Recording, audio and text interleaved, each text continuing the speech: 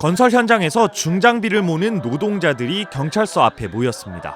이들은 소속단체 회원이 다른 노조로부터 일자리를 빼앗겨 해당 노조의 간부를 업무 방해 혐의로 고발했지만 경찰이 사건을 뭉개고 있다고 주장합니다.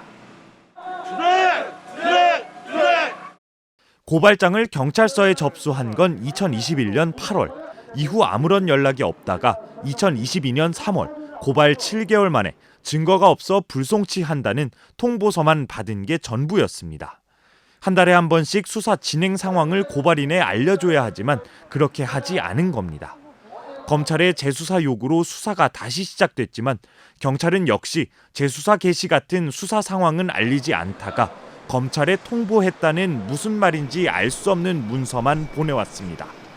고발인 측은 검찰에서 수사를 하는 줄 알고 있었지만 최근 검찰에 방문했다. 6개월 전에 이미 무혐의로 수사가 끝났다는 황당한 답변을 들었습니다.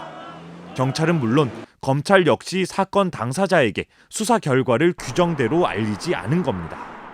참고인이나 이런 사람을 원주 시내부터 이탈을 해가지고 수사에 비협조나 이런 거에 대해서 유발한 그런 경찰의 책임이 있지 않나. 경찰은 최초 조사한 날로부터 2달 뒤 불송치 결정에 문제가 없고 통지서에 수사 결과가 없는 것도 규정상 하자가 없다고 주장하고 있습니다. 하지만 경찰 수사 규칙 등 관련 규정에는 고발 사건 수사를 시작하고 일주일 이내 수사 진행 뒤 매달 수사 상황을 고발인에게 알리도록 돼 있습니다. 불송치나 기소 의견 송치 같은 수사 결과는 별도의 양식으로 고발인에 통지해야 하는데 이런 사항들을 지키지 않으면 해당 경찰서 기관 징계와 함께 인사상 불이익이 뒤따를 수 있습니다. 경고, 주의, 교육 이런 걸 주는데 이게 경고가 누적되면 이제 징계위원회에 올라가고 주의가 누적되면 이제 경고받은 게 되고 이렇게 규정이 돼 있어요. 적십자사 간부를 배임 혐의로 고발한 사건 관계인도 1년이 넘도록 한 달에 한 번 받을 수 있는 진행 상황 통보는 물론 무혐의 처리했다는 결과 통보서조차 받지 못했다며 불만을 토로하고 있습니다.